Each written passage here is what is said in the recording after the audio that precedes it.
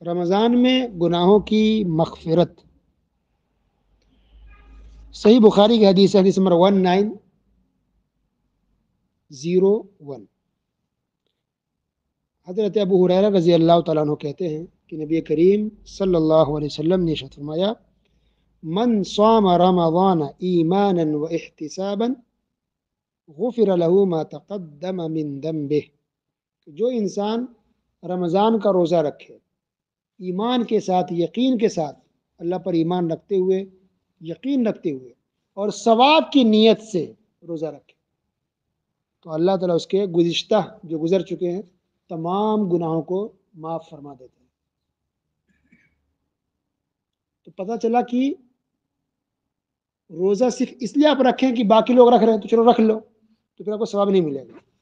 اس لیے اگر رمضان کا روزہ رکھتے ہیں کہ اگر نہیں رکھیں گے تو لوگ کیا کہے گا کہ کیسا آدمی ہے روزہ نہیں رکھتا، اس لیے رکھ لو، تو ثواب نہیں ملے گا۔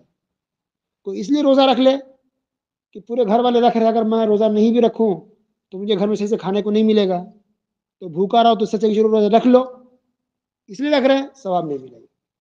ثواب کب ملے گا؟ کہ آپ کو دل سے روزہ رکھنا ہے۔ کیوں روزہ رکھنا ہے؟ کیونکہ اللہ اس کے رسول صلی اللہ علیہ وسلم کا حکم ہے، اس لیے روزہ رکھنا ہے۔ کیوں رمضان کا روزہ رکھنا ہے؟ کیونکہ اللہ نے فرض قرار دیا ہے، اس لیے روزہ رکھنا ہے۔ کیوں روزہ رکھیں گے؟ کیونکہ ہمیں جنت چاہیے۔ کیوں روزہ رکھیں گے؟ تاکہ ہم اللہ کو راضی کر پائیں، اللہ ہم سے خوش ہو جائے۔ کیوں روزہ رکھیں گے؟ تاکہ اللہ تعالی ہمیں اجر و ثواب دے۔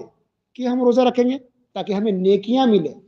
اور کیوں روزہ رکھیں گے؟ کیونکہ اگر روزہ نہیں رکھے تو اللہ گناہ دے گا، تو اللہ سے محبت بھی ہے، اللہ سے امید بھی ہے اجر و ثواب کی، نیکیوں کی، جنت پانے کی، راضی کرنے کی، اور پھر اللہ سے ڈر و خوف بھی ہے کہ اگر روزہ نہیں رکھتے رمضان کا تو اللہ ہمیں گناہ دے گا، عذاب دے گا، پکڑ کرے گا۔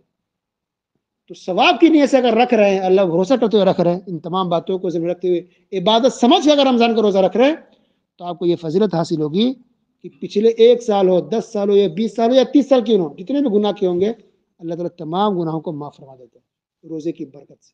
سبحان اللہ۔ لیکن یاد رکھیے یہ وہ گناہ ہے جو صغیرہ ہو، چھوٹے چھوٹے جو گناہ انسان سے ہو جاتے ہیں انسان اور بشر ہونے کی وجہ سے، وہ گناہ اللہ معاف فرماتا ہے۔ لیکن کبیرہ گناہ، بڑے گناہ ہیں تو اس کی سچی توبہ ضروری ہے، ٹھیک ہے۔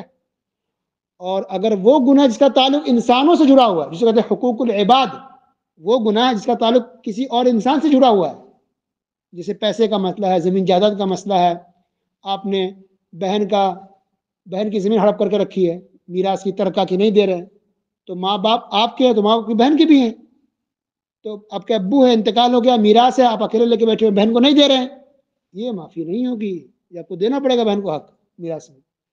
کسی کی زمین ہڑپ کر لی، پڑوسی ہے، رشتہ دار ہے، قرض کسی کا لیے لوٹا نہیں رہے ہیں، کسی کا پیسہ کھا کے بیٹھے ہیں، دے نہیں رہے ہیں، کسی پر آپ نے ظلم کیا، ستایا، مارا، پیٹا، پریشان کیا، تنگ کیا، یہ سب کرائم ہے، جرم ہے، اس سے معافی مانگنی پڑے گی۔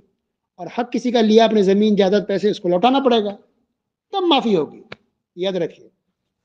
لیکن وہ گناہ جس کا تعلق انسان اور اللہ کے بیچ کا معاملہ، کوئی گناہ خطا ہو گئی، انسان گناہ میں پڑ گیا، چھوٹے موٹے گناہ ہو گئے، تو ایسے گناہ جتنے بھی آپ کے ہوں، کتنے سال کے بھی ہوں، وہ اللہ تعالیٰ رمضان کی روزے کی برکت سے گناہوں کو بخش دیتا ہے، معاف فرما دیتا ہے۔ تو رمضان کا مہینہ مغفرت والا مہینہ ہے، بخشش والا مہینہ ہے، گناہوں کو معاف کروانے والا مہینہ ہے۔ جیسے کپڑا ہمارا گندا ہو جاتا ہے، صابن صرف سے دھوتے تو کپڑا صاف، تو رمضان کا مہینہ ملا تو آپ گناہوں سے صاف ہو جائیں، دل کو صاف کر لیں، بدن کو صاف کر لیں، روح کو صاف کر لیں گناہوں سے، تو مغفرت والا مہینہ ہے رمضان کا۔